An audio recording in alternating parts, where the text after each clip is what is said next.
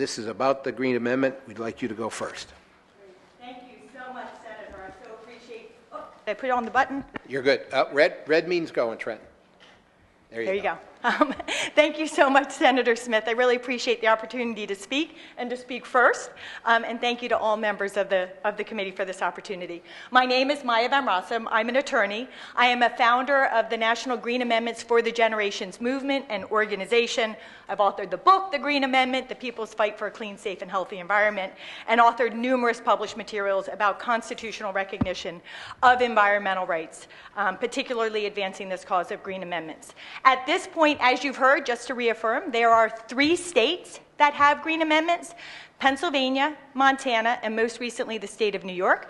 There are actually a lot of states that have constitutional amendments that talk about the environment, even talk about environmental rights, but they don't accomplish the same highest standing for the right to a clean, safe, and healthy environment that we get as a result of the passage of a Green Amendment, which places environmental rights on par with other fundamental rights like speech, religion, and property rights, for example. I want to reassure you that when it comes to the New Jersey Green Amendment, the goal of the Green Amendment is to protect the right of the people to a clean, safe, and healthy environment: water, air, soils, ecosystems, the climate. There is no subterfuge here. There's no ulterior motive. There's no industry or project or developer or development that anybody is seeking to go after. This is really about protecting present and future generations and the values we all get from a clean, safe, and healthy environment. In terms of the legal impact, by creating a constitutional right to a healthy environment, New Jersey will be putting in place the overarching legal obligation and guidance that will ensure that all New Jersey state government officials and local government officials prioritize environmental rights throughout the decision-making process, in the same way you prioritize those other fundamental freedoms like speech and religion. The New Jersey Green Amendment will not set aside existing legislation and regulation that exists in the state. It will help strengthen it. It will guide its interpretation and its application, because now that existing legislation and regulation will be interpreted and applied through the lens of how do we utilize this existing legal authority to ensure we, government officials, are fulfilling our constitutional obligation to protect the environmental rights of the people. The amendment will strengthen environmental justice and efforts to address the climate crisis here in the state of New Jersey, because now both will, in fact, be a constitutional mandate. And it will help government officials provide needed environmental protections when the laws as written fail to do so, either because there's a loophole that's been intentionally written into a law, or because there's a gap, there's an absence of legislation and regulation that allows harm. For example, is what happened with regards to PFAS for so many years. And it will also allow government officials the legal strength and tool they need when the laws, as written and implemented, simply fail to protect environmental rights and ensure environmental justice for all communities. Sometimes the law, as written, when we actually apply it, just doesn't get it right when it comes to ensuring critical environmental protections. And when that happens, the Green Amendment language is there for good government officials to turn to help address the problems that still remain. The language as written is appropriate. It is appropriately broad in its characteristic. The language, the choice of language, uses the same kinds of broad terminology that is used for other fundamental rights included in Article 1 of the New Jersey Constitution. Broad language is essential to ensure that we are able to cover the whole array of environmental issues that we need to cover, the issues that we know about and those that we don't know about, that we can't even imagine. We need to have this broad language to ensure that in every context, in every community across New Jersey, we are able to ensure that we are protecting environmental rights and environmental justice. Terms like pure water and clean air are no more unclear or less understandable or definable than the right to unreasonable searches and seizures, the right to freely speak, for example, the prohibition on excessive bails and fines. These are terms that are found in Article 1 of the New Jersey Constitution.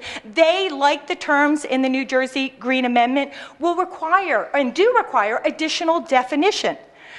The way that definition happens is that good government officials in the legislative branch and the executive branch, through legislation, through regulation, through interpretation and implementation, seek to define these terms in different contexts. And when necessary, when appropriate and when necessary, the courts will get involved. But this is how we interpret the language in all of the fundamental rights in the New Jersey Constitution: legislation, regulation, implementation, and when necessary, the courts. That's all we're asking for when it comes to environmental rights. I do want to highlight that the trustee language that's included in the New Jersey Green Amendment actually brings forth well-defined and understood legal obligations and principles that offers additional legal guidance that's really helpful in the New Jersey Green Amendment and is similar to terminology that we actually see in Pennsylvania's amendment. With regards to lawsuits, we hear a lot about lawsuits. First and foremost, the goal of the Green Amendment is to avoid lawsuits, to get better government decision-making in order to avoid environmental harms and therefore avoid the need for litigation.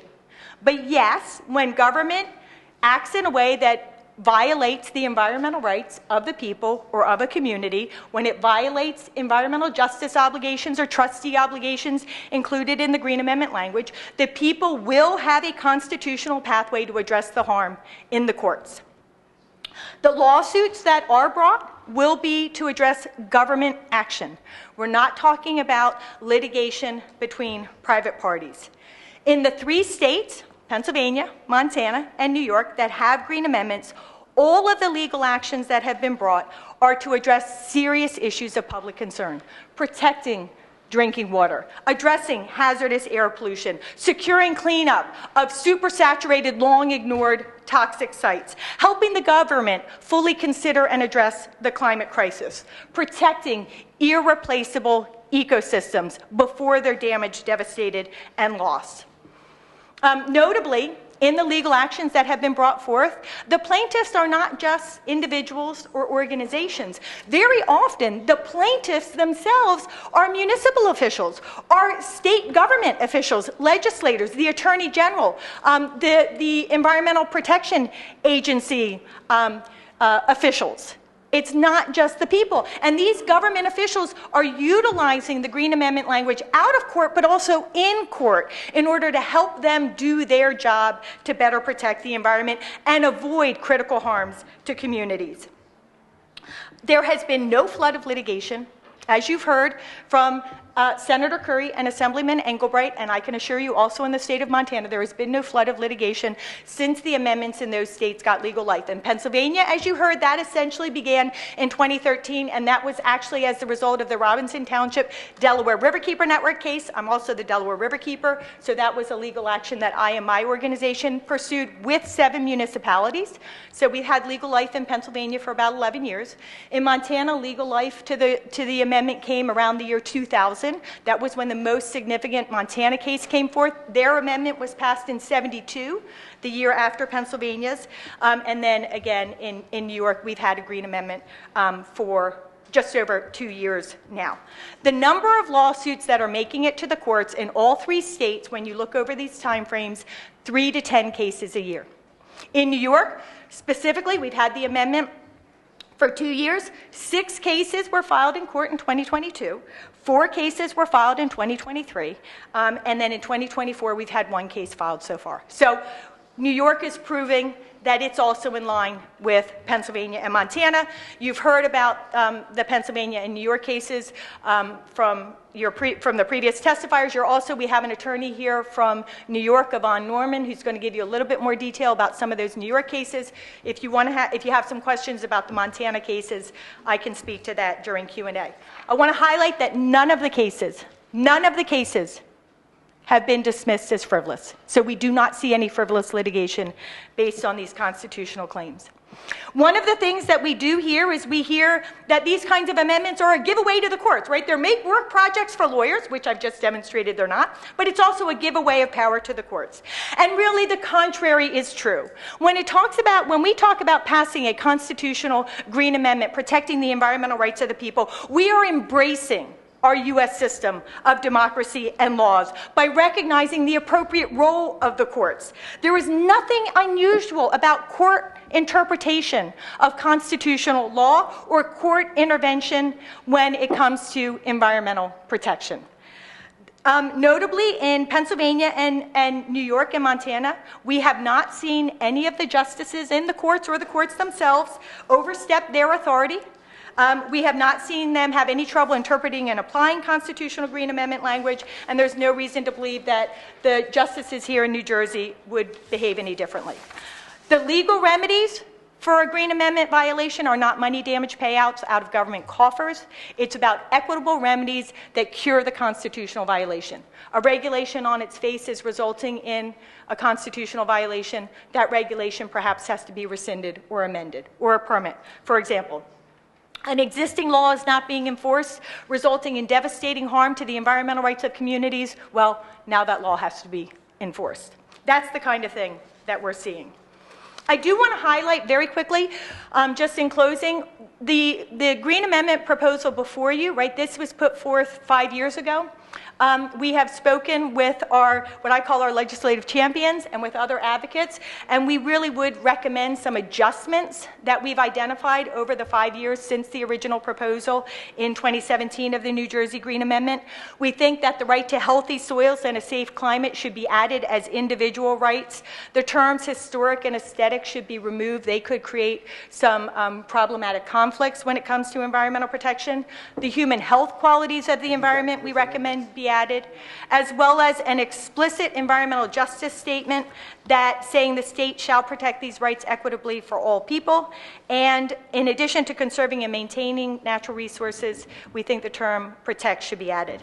And just in very closing, I just want to say this is a really powerful opportunity to create an incredible legacy when it comes to environmental protection in New Jersey, but to also be a leader nationwide. New Jersey could be the 4th state in the nation, the 2nd state in the modern era, to add constitutional environmental rights to your state constitution, and be the 1st state in the nation where the Constitutional Green Amendment speaks directly to ensuring a safe climate for present and future generations.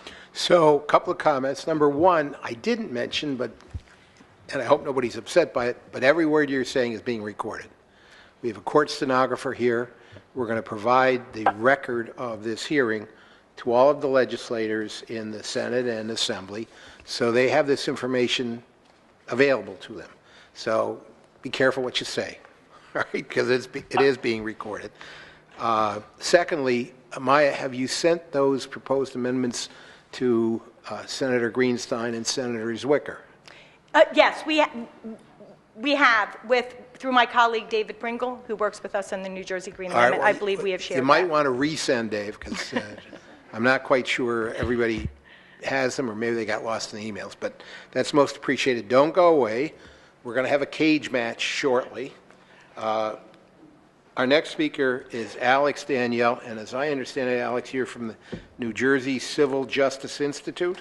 That is correct, Chairman. What is the New Jersey Civil Justice Institute? We are a nonprofit, nonpartisan organization that advocates for fairness, efficiency, and predictability in our civil justice system. The overall goal being to cut down the cost of litigation in the state, improve access to justice, and protect our judges' ability to function as judges.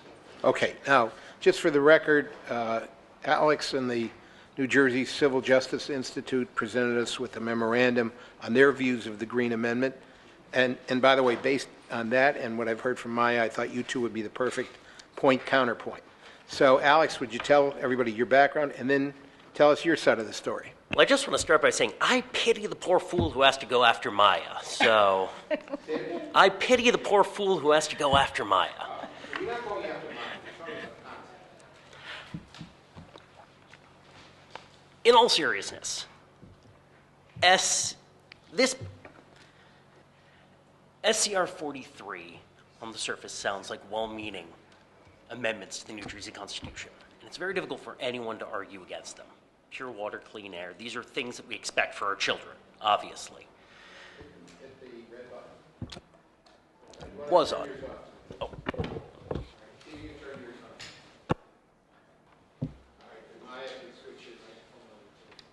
Do you want me?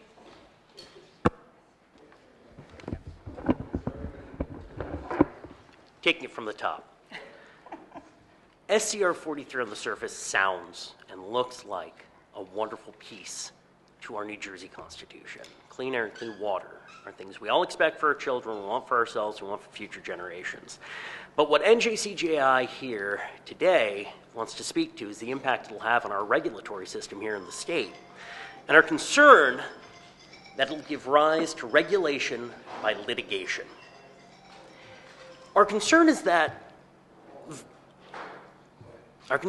this amendment, in concert with the New Jersey Civil Rights Act, would upend our current system of regulation, whereby the legislature sets priorities and delegates authority to specialists in our agencies to develop the standards for implementing those priorities.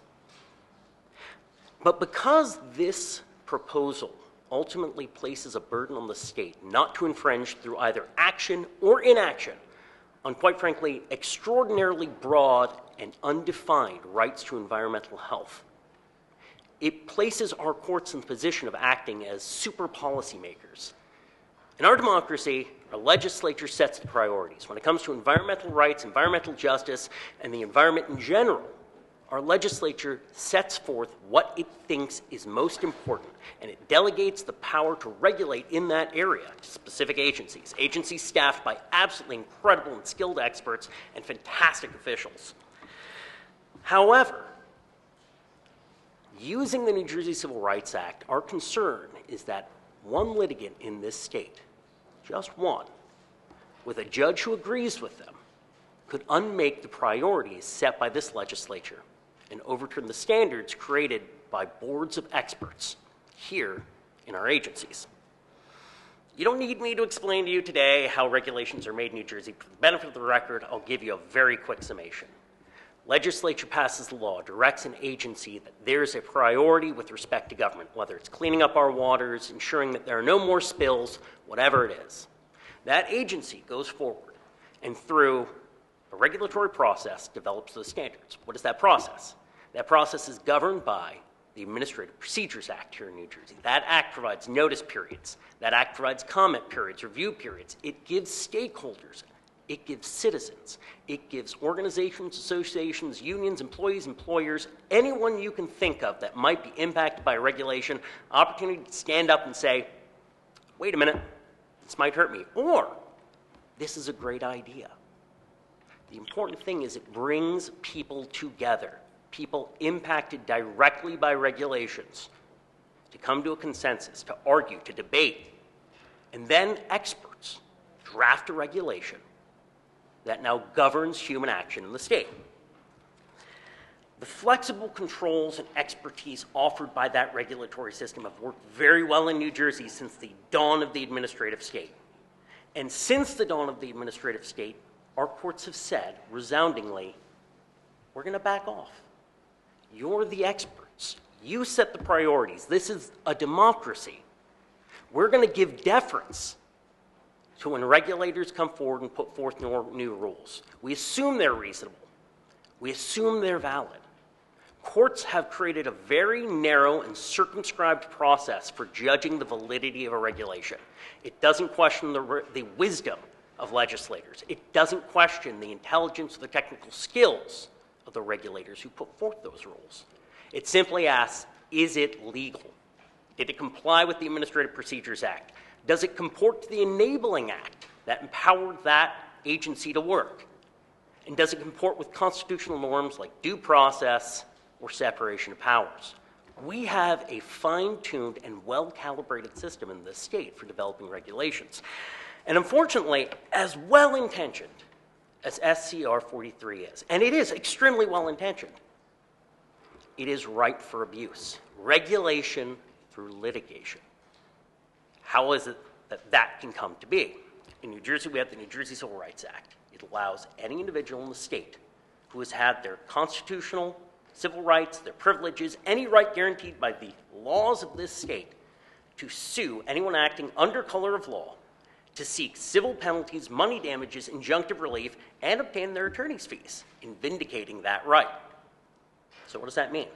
That means that a litigant in New Jersey that can connect government action to some infringement on their environmental rights, be it through action or inaction, can now get in between the people and their policymakers and act as a super policymaker. If New Jersey decides that there is an environmental priority that it wants to set, now a litigant can throw a spanner in the works in that and determine they know better than the state of New Jersey, than the elected representatives of the people, that they know better than the experts that we employ to draft regulations, that they can interfere with a process for developing regulations that's worked for several generations and has produced some of the most effective, potent, and protective environmental regulations that this country has ever seen. Private litigants have a role to play. The judiciary has a role to play. There's no question about that. I think Maya and I would agree on that point. But in New Jersey, that role is circumscribed because we put the importance of our policymakers and their ability to enact the will of the people above simple litigation. Looking at the terms of SCR 43, we have serious questions about how you can define them and operate them and turn them into meaningful decisions by either courts or regulators. Simple one, pure water, what does that mean? Well, I'd like to think at a baseline, it means no pollution in your water. I have a well at home. When I pump water out of that well in my faucet and I give it to my kids, I expect there to be no pollutants in that water. When you say pure water, do you mean just H2O? If you go to the cleanest spring in the cleanest area of this country and you draw water from that spring, you put it through a spectrograph, you're not going to find just H2O. You're going to find minerals, you're going to find trace elements, you're going to find a host of different chemicals in there. When you say pure water, are we just talking about H2O, or is there more to it? It's simultaneously overbroad and excessively narrow. So what do we do with those terms? Well, as a lawyer, I know what I would do. The Civil Rights Act here in New Jersey affords lawyers the ability to charge their fees to the losing party. We were told that this was all about injunctive relief. We don't live in a world where it's all about injunctive relief. We live in a world where litigants have agenda, where attorneys have agenda. And quite frankly, as a lawyer, I'm thrilled by the possibility that I can get my adversary to pay my bill. There is no better money than the other guy's money. As a taxpayer, as a homeowner, as a father, as someone who has to live in this state, however, I don't want interested litigants and their attorneys setting legislative priorities that the democratic system otherwise would set. And I don't want to be paying the state's coffers someone else's litigation costs.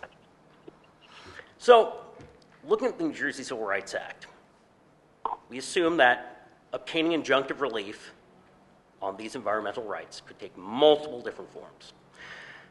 This piece of legislation says that New Jersey cannot infringe through action or inaction on the environmental rights of New Jersey citizens and residents. So what does that mean when New Jersey sets a priority? New Jersey right now has prioritized offshore wind as the future of energy in this state. Undoubtedly, that is a noble endeavor. Unquestionably, that is important to a sustainable energy future in this state. But a litigant using the Green Amendment who is disturbed by the aesthetic impact it would have on the environment, who can tie that project to any harm to their environmental rights, can gum up the works. They can put a halt on this legislature, our governors, our government's priorities. And there's not much we can do. We don't get to rely on the regulatory state to correct that issue anymore. Because now, this potentially has interposed litigants and judges in that process.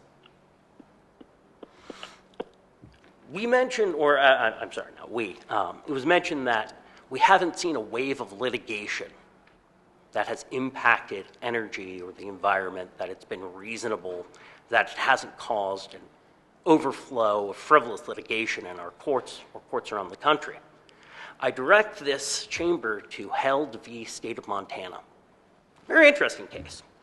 Years ago, Montana decided that one of their priorities was energy production. And in the Montana Environmental Protection Act, they specifically said that in issuing permits, energy-related permits, regulators were not allowed to consider greenhouse gases. That was a priority that the voters, the people of Montana, set through their legislature. Up comes a lawsuit. All of a sudden, the judge is saying, no, sorry, I've decided that this Green Amendment trumps the will of Montana voters and their legislature.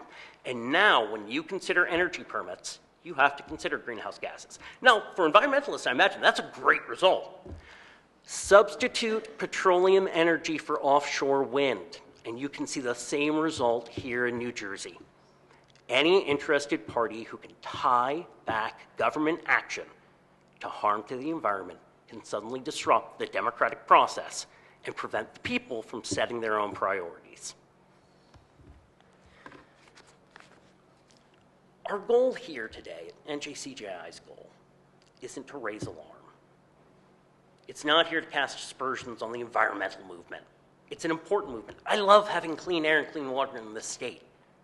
I love having the opportunity to take my kids to the park to enjoy our beautiful environment, our beaches, all of it. But we have a system in place that already provides for those things. We have a system in place that works well, that doesn't turn our judges into super policymakers, that doesn't let a single litigant overturn the entirety of our government. Imagine it. You could have every legislator, the governor, policymakers, 99.9% of New Jersey residents all in favor of prioritizing, you name it. But one litigant and one judge can halt that process because we have an ill-defined, overly broad amendment to our Constitution that seemingly works, seemingly offers us everything you could imagine for environmental health, but it can be easily weaponized. And we have procedural tools like the Civil Rights Act, a wonderful tool for vindicating rights here in New Jersey, indispensable, that can be quickly abused by attorneys like me. It's not that hard to think of all the mischievous activities clever lawyers and litigants can get up to, and then have their fees paid by the state for that chicanery. That's why NJCJI urges that you oppose this measure going forward. Our position is simple. If it ain't broke, don't fix it. Our regulatory system does a great job now, and it doesn't stress our courts and turn them into something they're not, policymakers. Have you finished? I hope so. Okay, so let's do this, 2 minutes each, and then I have a whole bunch of questions I want to ask both of you. So, Maya, would you like to respond to Alex? Sure. I'm sorry. So the problem is, it is broken. If you go across New Jersey, there are many, many communities, particularly frontline environmental justice communities, that are suffering devastating harm from hazardous contamination in the air, in the water, in their bodies. There are kids who are attending school in Camden whose capacity to learn is being harmed because of the exposure to neurotoxicants that are being allowed to be released into the air by industrial operations all around them under existing New Jersey state law. So it is broken. For many communities, it is broken, and it does need to be fixed. Now, the thing is, this idea that, the legislators, it's all up to the legislators to decide. In the first instance, it's all about the legislators and the regulators. Actually, that's not true. In the first instance, it's all about the people. And that is what the New Jersey State Constitution is. It is we, the people, telling our government officials what are the inalienable, indefeasible, inherent human rights that we, the people, reserve unto ourselves to be protected from government infringement. And now the people of New Jersey are asking you, as their government officials, to give them the opportunity to add environmental rights to the Declaration of Rights section of their state constitution. So the people of New Jersey can give the legislators of New Jersey the appropriate guidance on how to address environmental protection, environmental rights, and natural resources protection for present and future generations. It's about the people first, and that's what this process is about. It's not about lawyers trying to misappropriate money or dollars or the process, right? And I think it's so sad to think that, to characterize that we have all these ill-meaning judges and lawyers in New Jersey just wanting to run out and wreak havoc. That's not what we're talking about. We're talking about we the people having an opportunity. And I see that my 2 minutes are probably up, so I would like to talk about Held v. Montana, but I'll hold that for questions. But anyway, I also agree with you. I didn't like the comments about lawyers. Everybody hates lawyers until they need one, all right? And the lawyers are people too. So in any case. Clearly, the legal profession needs protection above all else. I say that as a New Jersey attorney. Could be. In any case, you have 2 minutes to respond to, not just to her response, but anything else that you want to. Let's hear what you have to say, if you want to say anything. We have a democratic system in place. The people already speak. We go to the voting booth. We put down who we want to be our leader. Sometimes we win, sometimes we lose, but that is the nature of the system. We have priorities. We have limited resources. We have to make decisions. But what this amendment does is empower a small number of people potentially to override the democratic system that we have in place, and to prevent our legislators and our agencies from doing the best they can with what they have. In a perfect world, I would say we all have to have everything we've ever wanted under every circumstance. That would be fantastic. That's not the world we live in. We live in a world where our elected leaders have to make, unfortunately, some judgment calls that people may not agree with, people may not like, but it's the best we can do in a human system. What this amendment threatens is to unwork a system that we have now that, quite frankly, works pretty well. It's not perfect. Far from it. Nothing in this life is. And it would be crazy to expect perfection.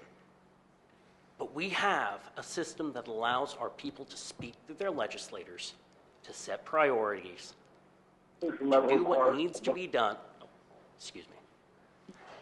To do what needs to be done to further the interests of our state. We don't need this amendment to do that.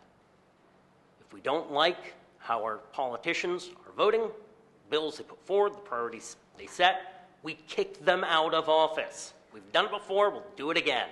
I don't want to see you go, Mr. Chairman, but that's the nature of the job. People aren't happy, they get rid of you. And that's how we solve these problems. Okay, so I have a couple of questions, and then I'm going to open up to anybody else who has a couple of questions. We have at least 3 enormous environmental issues in the state of New Jersey. One of them is wind. All right, there is a claim that offshore wind mills are going to kill whales or birds, and that they will affect the aesthetics of the shore. If we had passed the Green Amendment last year, and it was part of our Constitution, would they be issues that would be litigatable under the Green Amendment? You want to go and this, hopefully this is speed chess. Thank you, I appreciate it. Under the New Jersey Civil Rights Act, you are allowed to bring a claim against the state for anything that harms your civil rights, your constitutional rights. Sounds like this amendment is a constitutional right and a civil right, and it enshrines your right to environmental health, the aesthetics, the qualities, the goodness and pureness of the environment. Absolutely. I could see lawyers bringing this forward. So the short answer is, in your opinion, Yes. it's litigatable. Maya? Yes, it would be litigatable to ensure that the environmental implications and the environmental rights implications of the decision were in fact considered, but it doesn't mean that the decision would be, that was reached to, if it was to approve the project, would be overridden. For many reasons. One, there are many obligations in the New Jersey Green Amendment to protect the climate, to protect the environment and the natural resources. We just heard earlier in this committee meeting about the ravages of the climate crisis and how it impacts all aspects of our environment. Because there is a constitutional obligation with the Green Amendment to protect all the natural resources of the state, there necessarily is an obligation on you to do the balancing. Got it. So the answer is that a judge could say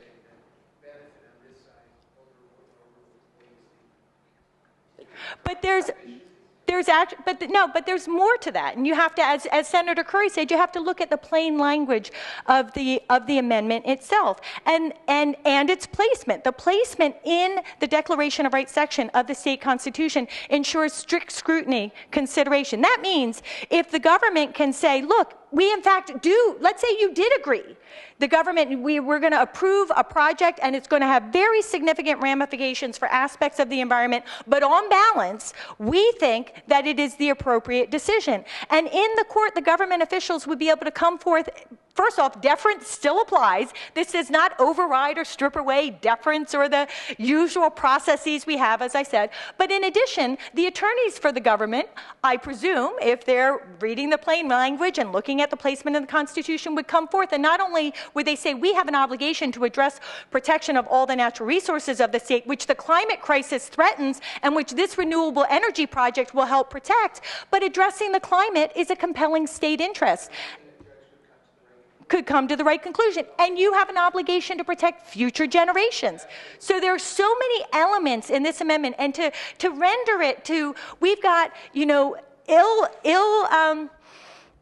ill-intentioned lawyers and judges that are just coming and trying to unwind everything, I think just does such a disservice to what we're talking about here. We really are talking, and one final thing, this idea, right, that we're talking about voting people into and out of office. Well, where is the Constitution in all this? Why do we have a lawyer sitting here right now saying that the constitutional process, the process to amend the Constitution that we, the people of New Jersey, put in our state, we should just toss that out? Isn't that part of the founding and fundamental documents, the underlying part of the law here in New Jersey? So it is up to the people to decide. Let me combine question 2 and 3. May I have a chance to respond? Right, because there is an end to the day. Well, I want to elicit what it means and what it doesn't mean. I don't want to debate. Yes, sir. If you want a nice 30-second quick answer. I'd start by saying that the reason a lawyer here is today is because we have the First Amendment that guarantees the right to free speech. So all thoughts can be considered here today. Second, I heard mention of terms like strict scrutiny and self-executing. Self-execution here means that there is no implementing statutes that need to be passed for this to end up in a courtroom, which means all of this is going to have to get hashed out by judges trying to interpret profoundly broad language. That sounds like a litigational nightmare. Strict scrutiny means that the government has to come forward with the most compelling reason, most narrowly tailored means of achieving that end. And it has to be more than just rationally based. It's basically the highest level of scrutiny that you can get. So this means that even if the government prioritizes something, they have to go above and beyond what any other rational basis review would require in order to achieve it. That sounds like interference in the democratic process to me. We have both of your positions on that. This is the same question. Actually, I'm going to combine the number 2 and number 3 together, only because we want to know what everything means. Where is this all going? So the 2 other big controversies in the state of New Jersey, and there's more than a total of 3. There's 100 controversies, but 2 really big ones. There's a huge discussion about backup power at the Passaic Valley Sewage Authority, and the impact of a proposed natural gas plant on the impact on surrounding areas and on an EJ community. Third controversy, the expansion of the turnpike. We've talked about quite seriously about adding additional lanes, and you know that when there's more lanes, well, I don't know if you know it, but my view of it is you add more lanes, you're going to get more traffic, and therefore more air pollution coming from it. Are they litigatable controversies under the proposed amendment? Anybody who wants to take it. And you can give me a short yes or no, if you want. Want to go first, or should I? Go ahead. Oh, thank you. There's a lot of courtesy at that table. We're friends here.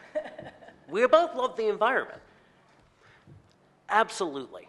Without question, it would be litigatable. It's government action that touches upon the environment. Under the broad terms set in this amendment, as well as the New Jersey Civil Rights Act, you could see litigation come through to challenge it. Yes, you could see litigation come through to challenge it, and you could see how the Constitutional Green Amendment and the plain language included in the proposal before you would help guide in the first instance, the decision-making by the various regulatory agencies involved, ensuring that they are considering the environmental ramifications of the decision, cumulative impacts, generational impacts, as well as environmental justice considerations and the climate crisis. And then the Green Amendment, the plain language of the Green Amendment, if there was a legal challenge, would help guide the decision-making in the courts and help guide the judge's outcome. So, yes, there may be litigation. Litigation doesn't mean it's bad. Right. And the truth is, for every single one of the issues that you've raised, and in truth, in pretty much every single case that's been raised in Pennsylvania, Montana, and New York, save like maybe 2, the legal actions would have been brought and were brought on other grounds, and they would have been brought anyway. The Green Amendment was brought forth either as an additional claim and or to help guide the interpretation and the application of the legislation and the regulation that was at play there. So it played a very helpful role in guiding the government action in the first instance and then help guiding the final outcome in the courts. You would have had the litigation anyway. You just now had more informed litigation, more successful and effective litigation, whatever the outcome was. Got your point of view. All right. So you guys have been fabulous. Are there any questions from members of the committee for any of the panel? Yes, sir. Senator McKeon. Yeah, thank you, Chairman. And I'd like to, and thank you both for that spirited discussion. I feel like we were watching, a debate as opposed to testimony, and you were both passionate and well-informed and made great points. My question, a little bit of comment, but it's directed at Ms. Van Ryzen. It'd be fair to say, having at least 14 years of experience in Pennsylvania, I guess, since that decision that the senator told us of and clarified what it meant, this isn't going to set up a neighbor suing the neighbor who took a couple trees down next door on the basis of the constitutional right. I mean, that's a fair statement, right? That's a very fair statement. And I'm coming from someone, by the way, that was the prime sponsor of the Green Amendment, in the Assembly. And so with the experience, a couple years in New York and Pennsylvania, we know that kind of thing, that some fear-mongering goes on, really is just not the experience and not going to happen. Correct? That's correct. All right. However, and this is ultimately my concern. What we're here, we every day say a little prayer for wisdom and are trying to do good things and not do any harm. In Europe, it takes X number of years, for a project to go forward. Whereas in the United States, it's maybe double that time. And it's mostly having to do with lawsuits in the courts. And it doesn't protect the places that you referenced so eloquently before, environmental justice communities. What it does is it protects places that have people of means, access to lawyers, and the ability to litigate to stop things from happening. So I think that's a legitimate concern. It's the experience of this country. Not specific to New Jersey, but the United States versus Europe, where it's different. How will this, if at all, impact that concern?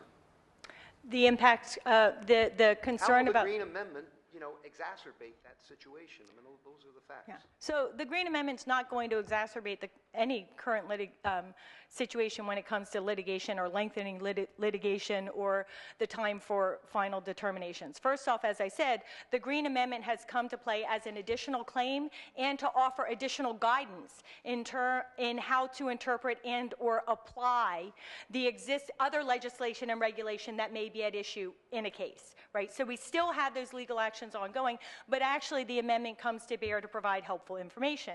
In addition, the amendment helps ensure that before we even get to litigation, while we're in the decision-making process, we are considering the full array of environmental impacts. We are considering the environmental justice ramifications and the generational ramifications, so that by the time, if there were a legal challenge to the government action or decision, government can actually come forth and say, here is how we considered the cumulative impacts, the environmental impacts, the constitutional obligations, and they will actually have a more considered and more fulsome ability to explain the rationale behind their decision. So it actually ultimately strengthens the governmental position. And I would like to say, of all the cases that have come forth, again, you know, we've seen dozens of cases at this point over the decade. We've seen 3 to 10 years. So we've seen a couple dozen in Pennsylvania and in Montana, and now we're seeing about a dozen in New York State. We are not seeing a lengthening of that litigation or that decision-making process. And we are avoiding some bad outcomes too. I can point to several decisions where we actually had a better outcome that avoided the litigation that was going to happen, but for the more informed decision based on the amendment. Let me just, final question, Mr. Chairman, just didn't put more of a fine point, a specific one. We all agree, correct, that light rail is a good thing relative to environmental policy, if not an affordable way to get around, right? Compared to driving in a fossil car or otherwise, right? It all depends on context. So. Well, how about the context of that, will this Green Amendment be used as a cudgel when someone who can afford lawyers keep a light rail path from going anywhere near their home as opposed to the environmental benefits that will come? If you have a person of means that's intent on litigating against light rail because it's coming nearby their home, they're going to bring that litigation regardless of whether or not you have a New Jersey Green Amendment. What the existence of the amendment... I don't want them to win it. Pardon? No, but what you're going to be able to do, again, in that instance, as I suggested earlier, is you're going to have you're going to ensure that the state did a more fulsome environmental analysis, again, considering things like cumulative impacts, environmental justice impacts, things that often are overlooked. So when you get into that, you know, that hypothetical courtroom, the government is actually going to be better positioned to defend the ultimate decision that it rendered, including based on its constitutional obligations, based on the record that the more fulsome record that it developed, and based on its constitutional obligation to address things like the climate crisis, to ensure equitable protection of environmental justice communities, to ensure generational protection. So I would suggest to you that the existence of the Green Amendment, if you did have a legal challenge against a good project that really was well considered, well placed, and well defended in terms of the environmental ramifications by the state, the existence of the amendment is going to help the government actually defend against the hypothetical legal challenge that you are putting forth. Right. Thank you, Mr. Chairman. Thank you, Senator. Let me thank you both once again. I thought you were both magnificent. I thought you put forth your points of view very, very eloquently, and we appreciate your comments. If you have